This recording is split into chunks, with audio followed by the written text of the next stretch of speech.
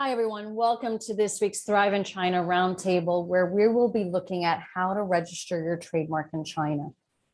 People do not prioritize the fact that they want to save their brands in China. And I'm trying to emphasize more and more the importance of putting this at the top of your priority list. Before we begin today's session, though, I just want to explain how the roundtable works. So I'm here to educate you. I may be asking you certain questions throughout today's roundtable. And if you do have feedback, please put it into the chat box, or if you're watching this on replay, reach out to me. Let's have a discussion about some of the pain points you might be experiencing in regards to your trademarks, your brand assets, etc. This is going to be 60 minutes of your time spent, so ask questions. It's a first come, first serve principle in that regard. And don't be shy, just ask away. We can also have discussions and debates around this topic. We're using Zoom meetings. So if you run into any difficulties, just log off, log back in. We are recording to cloud, so you can always watch this recording later on as well. If anything happens on my side, it usually takes 1 minute to 2 minutes for me to reboot. So just bear with me as I'm re-logging in, and I will come back on to finish today's presentation. I am your China expert for the week. My name is Kristina Koehler-Coluccia. I'm the head of business advisory at Woodburn Accountants and Advisors. And I'm a leading inbound investment expert for China. What we do is we help foreign investors with their market entry strategies, implementations, and we also help them focus on growth and scale. What we do is we offer incorporation services, trademark registration, trademark search services. We also offer the whole outsourcing solution for accounting, tax, payroll functions. We also offer employer of record services, non-executive director services, supervisor services, and we can also act as your finance manager within your corporate management structure. Our goal is to help companies to expand into the Chinese market safely, protecting their assets, and at the same time enjoying the journey and growing and scaling their business. If you've got any questions in regards to investing into China, China market entry, or China scale and growth, don't hesitate to reach out. In addition to that, if you haven't received a copy of our ebook, The 10 Biggest Mistakes Companies Make in China, then just email me at Kristina@woodburnglobal.com. I'd be happy to provide you with a free copy. The book highlights a lot of the mistakes that I have made over the last 18 years, but also mistakes that clients have made as well. So if you're interested in getting a copy, don't hesitate to ask. So the topic for today is how to register your brand in China. We've got a full listing, a full agenda of the topics surrounding this. So let's get cracking. Now, for me, the biggest question is, why should you be concerned by protecting your brand in China? Because number one, there are IP squatters. Number two, there are IP hijackers who are going after foreign brands who are not yet in the Chinese market and registering them. The principle in China is a first to file. And as a consequence, if they beat you, they own it. All right. And because there's this first to file principle, anybody can do the registration. China does not care whether you have used your brand in the UK, in Australia, in the US, anywhere else. So really, it is your prerogative. It should be on your priority list of administrative things you should do, because anybody could do it. Anybody who meets you at a trade show, anybody that's your customer, your agent, your employee, your suppliers, they could register your brand in China. It is just a simple matter of administration. So if they beat you to it, they own it. And what does that mean? Ultimately, it means you could be potentially locked out of the Chinese market. Now, I always want to bring brand awareness to people by saying, how much is your brand worth to you today? And how much will your brand be worth to you if you expand globally, let alone in the Chinese market? There is always a financial value, a monetary value that is associated with your brand. What is that? And are you willing to risk that financial, that monetary amount by not doing an administrative measure in China? Remember, China is, it's now debatable whether it's the top economy or second top economy in the world. It is a market for brands. People want to sell into China. It's just a matter of understanding the business model. But the number one thing you have to do before you even create your business model is make sure that your brand is protected. All right? So evaluating what brand assets you've got, understanding what you're going to use in the Chinese market, and understanding then to take that administrative measure of actually registering your trademarks. So trademarks in China, what is considered a trademark in China? It's any visual sign, it's any word, logo design, letters of the alphabets, three-dimensional symbols, combinations of colors, etc. There are certain limitations to what you can register. For example, you cannot register a country name or a city name. So you do have to understand what is allowed and not allowed, but in principle, it is a logo. It is what you are using to portray the image of your brand to your consumers, to businesses, to associations, to whomever in the market that you're looking to work in. So I've given you an example here of Woodburn's brand assets, which is the logo, the words, Woodburn Accountants and Advisors, and the combination of the two. And depending on what you're planning on doing in the Chinese market, you could just register the logo, you could just register the words, or you could do a combination of the two and register it. And the goal is to make sure that you are protecting then your brand assets so that you have the ability to then use them in the Chinese market, right? Now, who should be registering their trademark in China? For a trading company, if you're trading in China, if you're manufacturing in China, if you're offering a service in China, if you are just a simple representative office in China, even if you're a temporary office, meaning you've got people on the ground that are representing your organization, you should be registering your trademark. If you are an overseas company with no subsidiary in China, but you are marketing or about to market, or you're at trade shows talking to people about the Chinese market, or you've got representatives from your HQ that are traveling to China to represent the company, you should be registering your trademark. If there is absolutely anything that you are doing with China, the first thing you should be thinking about is registering your trademark. So everyone doing business in China or with a Chinese person or doing business with China but from abroad, you should be registering your trademarks, regardless of what field, sector, industry you are in. Now, I'm going to start listing out recommendations of what you can do, okay? And if you feel like you cannot do this from your desktop, then outsource these functions to people who are IP experts. This is not by any means services that are going to cost you an arm and a leg. So you've got to search the trademark database before filing for registration. Why do I say that? Because the registration can take up to 10 months before you know if somebody has actually taken your mark or not.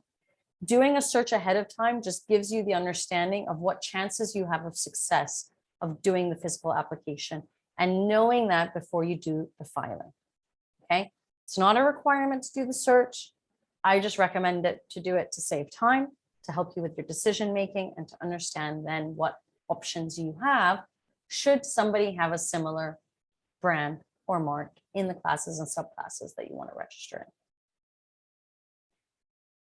Like I said earlier, it is a first to file system, meaning that anybody can go and take your brand assets, go to the CTMO, which is the China Trademark Office, and file your trademark, okay?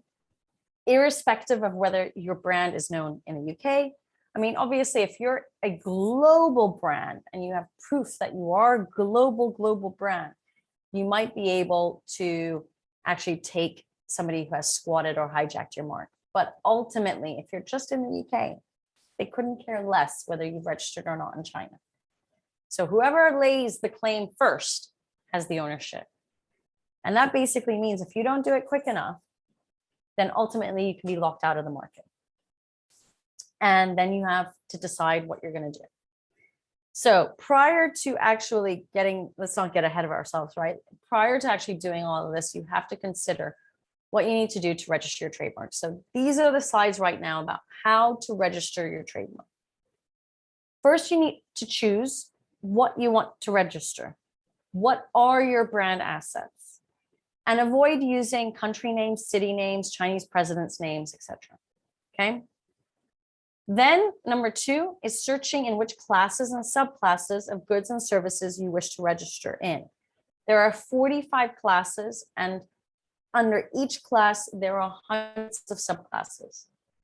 Now, to aid you in this, to make your lives easier, what I would recommend is taking the registration you've done in your home jurisdiction, which will highlight the classes and subclasses.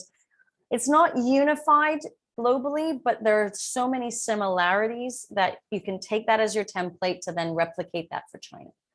Okay, but obviously you should really be investigating in what you're going to do in the Chinese market, and that should be all part of your China strategy.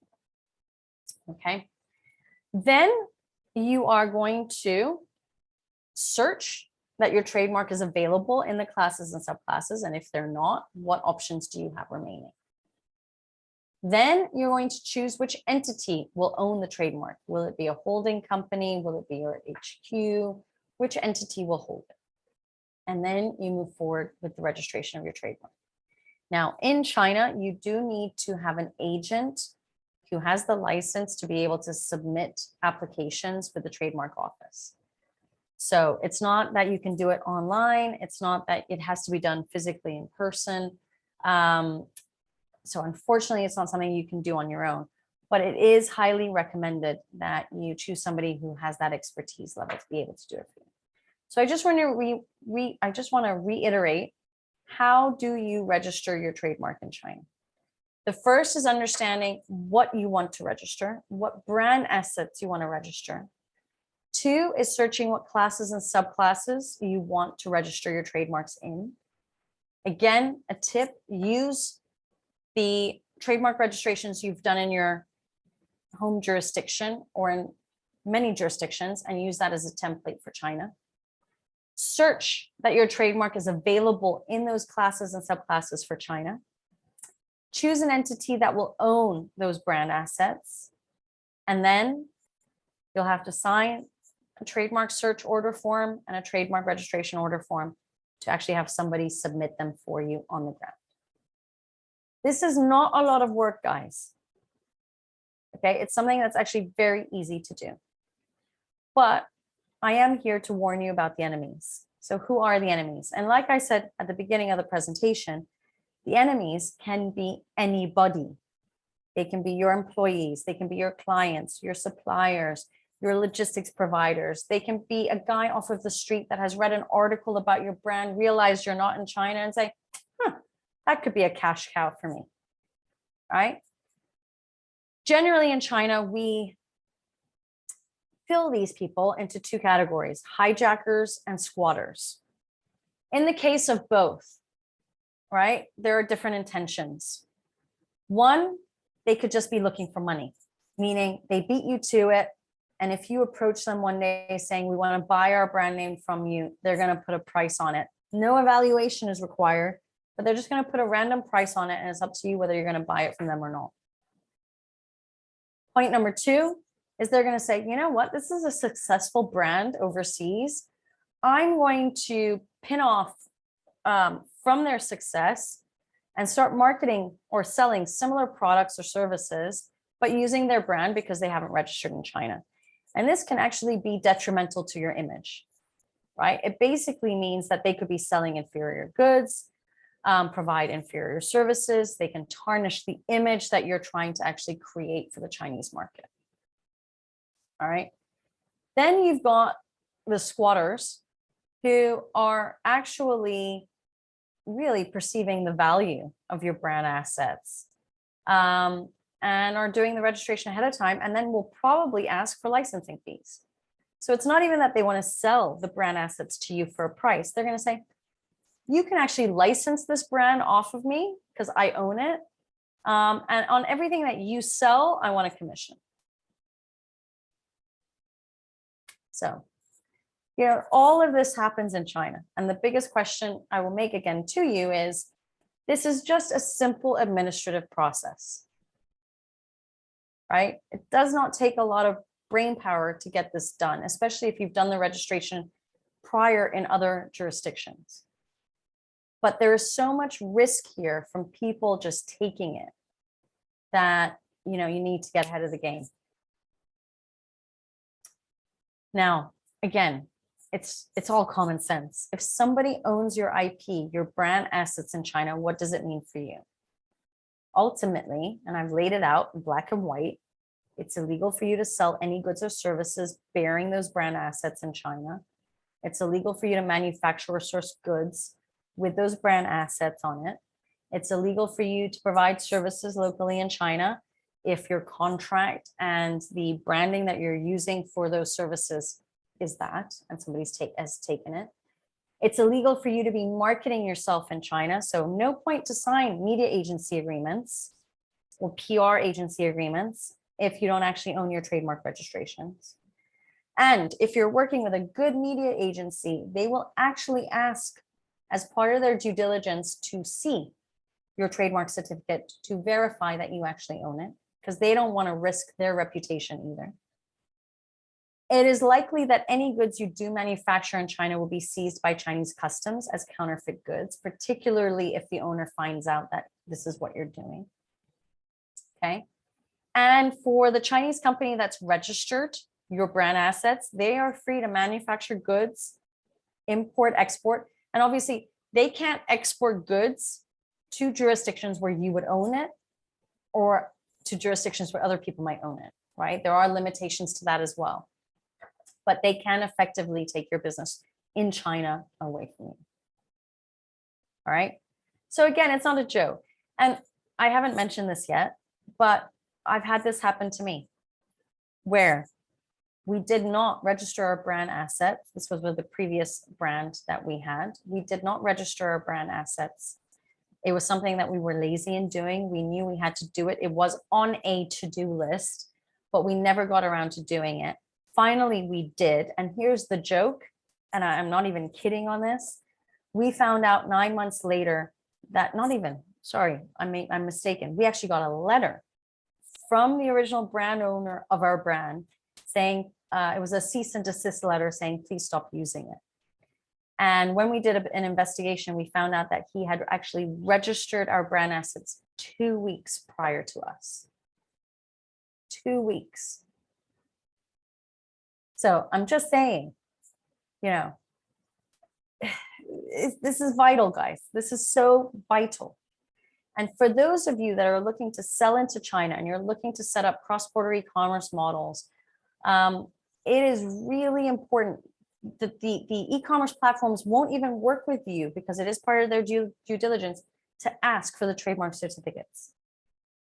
Okay, so it's very, very, very important. Again, it should be on the top of the priority list. And I'll explain to you what your options are, right? Option number one is that ultimately you rebrand because you don't want to pay for the brand assets. Don't know what they're going to ask, but even if they ask for something exorbitant, maybe you don't even have the capital to finance that.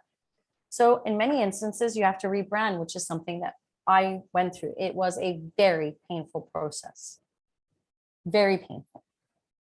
That's 3 months of my time spent focusing on rebranding, building up all the marketing material. I offer a lot of webinars and videos on our YouTube channel. I had to delete our YouTube channel. Couldn't use any of the past content because it had the branding on it. Painful. Again, very, very painful. And if those of you are looking to have very strong media campaigns where you're going to be using KOLs to promote your business, you better make sure you've got your trademarks in place. All right. The other option is obviously buying your brand assets from the owner or taking them to court. So there's 3 options: rebrand, buy it back, or go to court. And hopefully you've got enough evidence to show that they've done it in bad faith or that you are a global brand or something to that effect. But again, think about it. You're spending maybe hundreds of dollars, US dollars, doing your trademark registrations versus spending lawyers' fees, paying a lump sum fee to somebody because they've just created a number out of a bag. I mean, why would you want to spend more money? So again, I know this is an administrative measure, and people don't like to do admin work, but it is critical to you saving money in the future and making sure that you don't actually overspend as you're getting into the Chinese market. So for those of you that are looking to go into the cross-border, and this also, I've used this as an example to show how you can mitigate risks, how you can also monitor certain platforms to see whether people are taking your brand or misusing your brand. And hopefully then I can provide you with this strategy template around brand protection, trademark registration, etc. So again, when you are developing a cross-border e-commerce strategy, you have to think about your brand assets. And as I mentioned earlier, again, this is all about how to register your trademarks in China. As I mentioned, your first step should be first evaluating what brand assets you want to register. Number two, understanding what classes and subclasses you want to go into. Then doing a search to understand whether your brand assets have already been taken, have already been registered, or whether there are similar marks, or whether there's nothing at all like it and you're free to register. Now, if there are no problems and you're free to register and there's a high percentage of success after having done this search, then file ASAP. Do not wait around. If there are issues, like there's a similar mark, well, at that point, then you need to evaluate. And that's why I say you should have an agent on the ground to support you. You need to evaluate what chance of success you're going to have in terms of getting your marks registered. Okay. It depends on how similar those marks actually are. Then, if I were you, and again, that's why it's part of the strategy, I would engage a monitoring service to see whether your brand is already being promoted or used online. Now, this is separate from your trademark registration. This is just hiring a monitoring service who will look at all of the social media platforms, e-commerce platforms, looking on search engines to monitor whether there are companies out there that are promoting your brand assets or using those brand assets online. Now, although the e-commerce platforms have stringent regulations around IP, it does not mean that the social media platforms do, or that, you know, when you go on the search engines, that people haven't set up websites with your brand assets on them. Okay? There's only protection truly through the e-commerce platforms, but in all the other methods, not at all. By engaging the monitoring service, you are understanding what you are up against. Okay? You might find people using your brand assets, but in completely different product lines. In which case, you've got nothing legally to say to them because they're doing completely different product lines. It's like our old brand was Kohler. That was my last name, my maiden name. And Kohler Toilets actually registered our brand in our classes. There was nothing we could do about it, but we also knew that Kohler Toilets was not an accounting firm or a business management services firm. So we were all right. In those scenarios, when you are finding out that actually a brand has registered, a company has registered your brand, but they have nothing to do with your business. Although you will not be able to register it because they've done it in the classes and subclasses of your choice, you have the security of knowing that somebody else has registered it that has absolutely nothing to do with your business. That is why you have to do this search before you do anything else, so you know exactly what you are up against. And the monitoring service is the same. You have to know what you are up against. It is vital for your business. My biggest belief is that knowledge is power. The more you know about what is going on in the Chinese market surrounding your brand and the services and products you're dealing with, the better. All right. The next is, if you are engaged in e-commerce in China and you are tired of outsourcing this monitoring to a provider, you should invest in certain technology internally to be able to do this monitoring service in-house.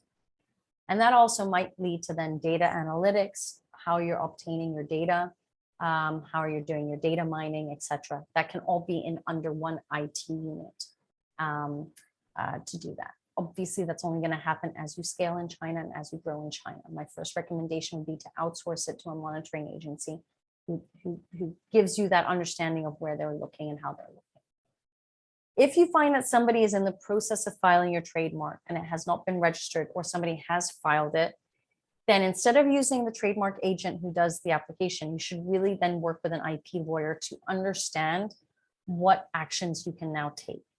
Is it civil litigation? Are there custom seizures? What enforcement strategies can you do? They're going to also then be your intermediary, negotiating and discussing with the actual owners of the brand assets. So definitely IP lawyers always on your speed dial. High recommendation for that. And as someone who's gone through it, that's something that's, again, very, very important. Now, tips on how to find infringing products online. Again, this is something that I want to emphasize, because for sure, there are going to be companies out there that are either copying your products, copying your brand assets, and you need to understand how they're infringing. What is the level of infringement? Okay, and then talking with your IP lawyers to understand what can you do about that. There are also IP companies in China. One of them used to be a client of mine, actually, who do the actual seizures. So they file a case against production companies that might be copying your products. They might, and they have basically ex-police investigators that are part of their payroll who do this investigation work to build a file against the counterparties to see whether you can take them to court, or what you can do to get your brand assets back, or to stop the copying of your products. All right. But the tips on how to find infringing products online is just very easily searching for names which are identical or similar to your brand or product name, searching for those same things, but in the Chinese language. So translating them by pronunciation and seeing if anything pops up. You should not be using Google search or Yahoo search to do this. You should be using the Chinese search engines like Baidu or Bing to find out what is popping up. So that's the first thing that you could do, and you can do that as your own desktop research. If you want to right now, go to baidu.com, go into the search function, type in your product name, and actually see what pops up. Might be an interesting exercise to know what pops up, if anything at all. And then doing the same on Bing. Now, are the Chinese platforms helping in the fight of infringement? I actually want to be clear here. I should have wrote e-commerce platforms. The e-commerce platforms are doing a lot to protect IP. They even now have IP divisions, hotlines that are in multiple languages, Chinese, English, and I believe Korean, Japanese have also popped up, where you are able to communicate with people on the hotline to actually tell them somebody has taken my brand, or whatever the case is, or there's a copying of products or whatnot. So the e-commerce platforms, as part of the e-commerce law, have these divisions to protect the brands that are on their platforms. Not just foreign brands, but also Chinese brands that are growing globally as well, okay? However, these divisions do not exist on the social media platforms. They do not exist on, obviously, domain registrations of your brand names or anything like that. And I do want to highlight, domain registrations has nothing to do with trademark registrations. So if you are looking to register your domain in China with a brand asset, do that also today. You can go to godaddy.com and do that straight away. It'll cost you tens of dollars to do that type of registration, okay? But that has absolutely nothing to do with trademark registration. Now, the application process, remember the topic for today is how to register your trademark in China. The application process to file your trademark, there are 4 documents. So again, I know it's an administrative measure.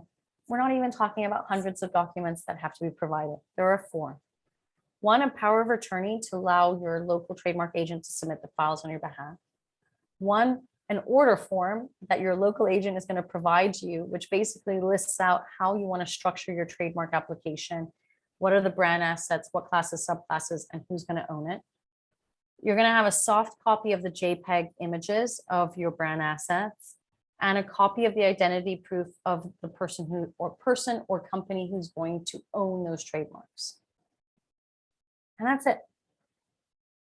So again, I know it's an administrative measure.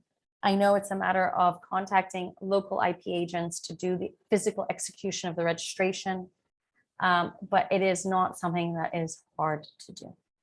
In fact, as my children would say, it's easy peasy lemon squeezy. And for some reason, again, this does not get put on the top of the priority list. And I can just tell you from my own experience, it was not put there because it was an administrative measure and you just keep saying, I'll do it later, I'll do it later. And then years pass by and you never actually do it. When we started Woodburn after selling our old business, it was the number one thing I did before doing anything else was registering my trademark, registering my domain and protecting it before anybody even knew I was setting up a new company. So please, please, please put this on your priority list. And don't think about it, just do it. Just get it done. So if you have clients out there, or if you yourself are in a situation where China is of interest, and particularly if you've joined or you're listening in on this presentation, then it means China is of interest. Get this on your priority list and do it straight away. Now, to safeguard your brand, here are 3 things that I would recommend you to do. 1, register your IP rights as soon as possible. Monitor e-commerce sites, social media sites, search engines. And don't forget, if you do find something sketchy, request a review by an IP lawyer. And then, if you want to be successful in China, take out the competition. Make sure you request takedowns of the counterfeits or infringing goods or services or the misuse of your brand assets. If you don't do step number 3, which is usually where people halt because it costs money again and it can affect budgets, you're not going to get anywhere in China because you're always going to be competing with these other people. Get them out of the picture completely. Request those takedowns. Be that brand and use that as a PR image. Be that brand that says, we want to scale up in China, but we want to do it the right way. It's a great PR opportunity. So take advantage of that. I just want to end today with 2 case studies. 2 very different clients, 2 very different strategies for China. The first one is a company that produces locks, hence this photo. You might have been wondering why I provided a photo of locks. Well, it's a company that actually manufactures locks, produces locks, and sells them to a variety of different industries. They entered China over 30 years ago, 35 years ago. And of course, the landscape back then was very, very different. Their production facilities were in Eastern Europe and no production in China. And they wanted to start selling into the construction industry in China. So to architects, interior designers, etc., door companies, etc. And they had a distributor with whom they had an exclusive agreement with to build up the business, scale up the business. And, that was the way you did it back then. But also what happened was full transparency. They knew about it. The distributor said, in order for me to be successful, I have to make sure I own the IP. So the distributor registered the trademarks in China, owned them, and then built basically the China business. Now you've got to imagine 25, 30 years later, as China is opening up more and more, as things are becoming a lot easier, they're realizing, well, we can do this ourselves. Why don't we eliminate the distributor? Right? And the idea was not to terminate overnight. It was to break it down over a series of periods, build up their own office, have people on the ground, still use the distributor, but slowly, slowly the business would seep out. Now, do you think the distributor wanted that? Absolutely not. They were making a fortune after this company. They had built it up from the ground up. And what did they do? They used the fact that they owned the trademarks as leverage. And they said, well, we don't want to end this relationship. We own the trademarks. We own the brand assets. So we want a licensing fee. We don't even want to sell you it. That's not even under consideration, but we want a licensing fee that if you take over the full distribution, we want a licensing, we want a percentage on the sales that you make. Now, I don't fault them because again, 30, 40 years ago, China was a completely different landscape. What I want to highlight here is we should be learning from those companies that have done it wrong. That's why I created the book, The 10 Biggest Mistakes Companies Make in China. We need to learn from those in the past and understand how to do things better. Now, in the past, relinquishing control was actually the only thing you could do to start in China. Today, in 2022, you don't have to relinquish control. You can maintain control over all of your assets, brand assets, patents, copyrights, etc. You don't have to give that away if you don't want to. So that's what I want people to understand. Evaluate your brand assets, evaluate what control you want to have, even though you're in a market entry phase, because you will grow in China. Might not happen overnight, but you will at some point. All right. So here I have always these terminologies that I use. Research is creating new knowledge and understanding. Make sure you research your market, understand what your competitors are doing related to their IP, and make sure you choose the right business model for you and the right strategy for your brand protection. The next one I want to highlight, because there are still companies who only source in China. And like I said earlier, even if you're manufacturing in China, not even selling, you should still be registering your brand assets. There is a misconception from people who think that only if they sell in the market, because then they will be branding and marketing in a market, do they then register their trademarks. No. Any type of business that you do in a jurisdiction, you should be registering your trademarks. It doesn't even have to do with just China. It's a global phenomenon, guys. If you decide to produce in India and just produce, you should be registering your brand assets in India. Okay? So this is not something that's new.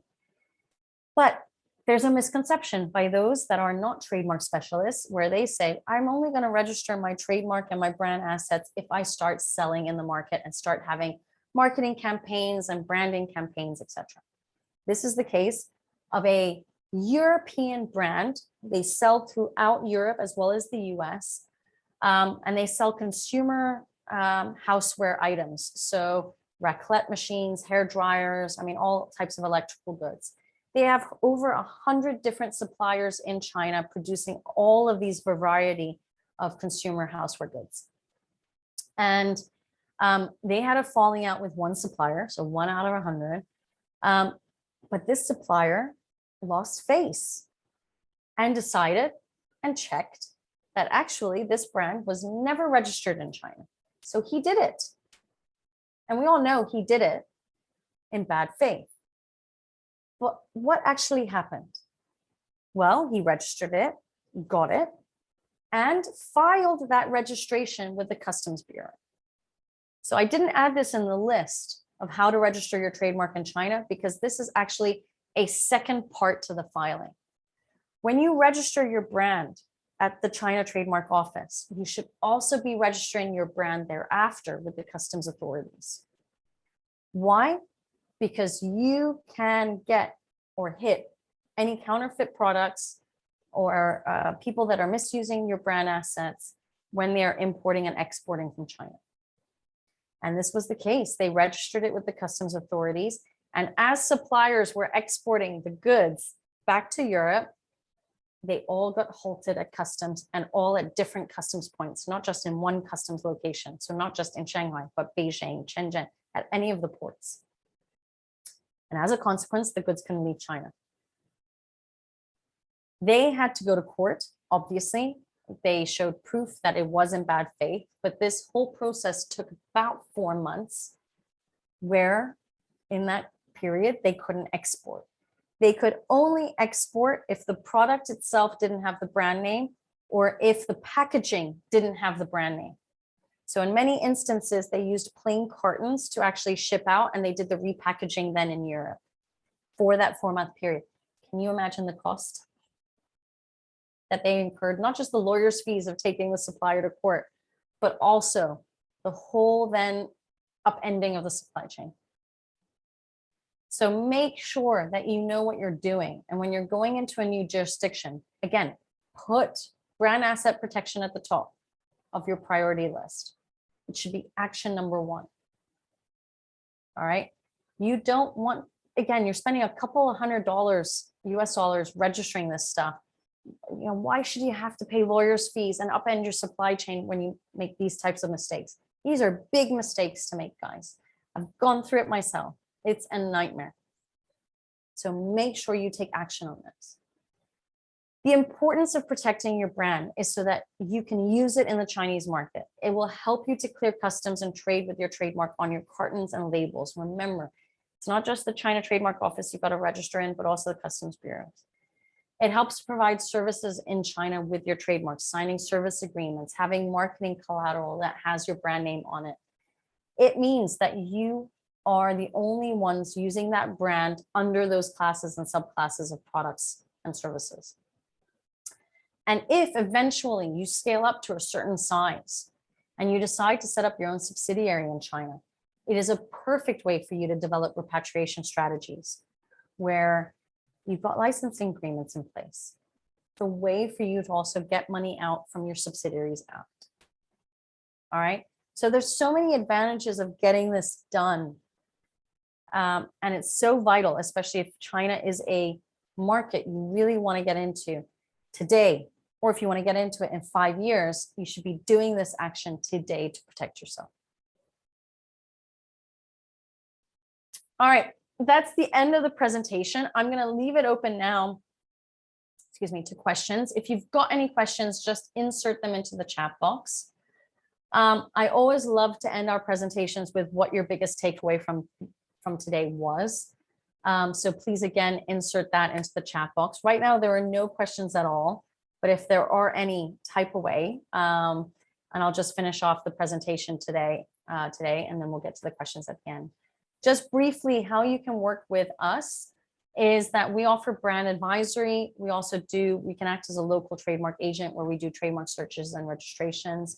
We help with China market entry strategies, incorporations, complete outsourcing solution of accounting, tax, payroll functions. We do recruitments for in-house finance teams. And then we can also appoint people within your China structure as supervisors, non-executive directors, finance managers.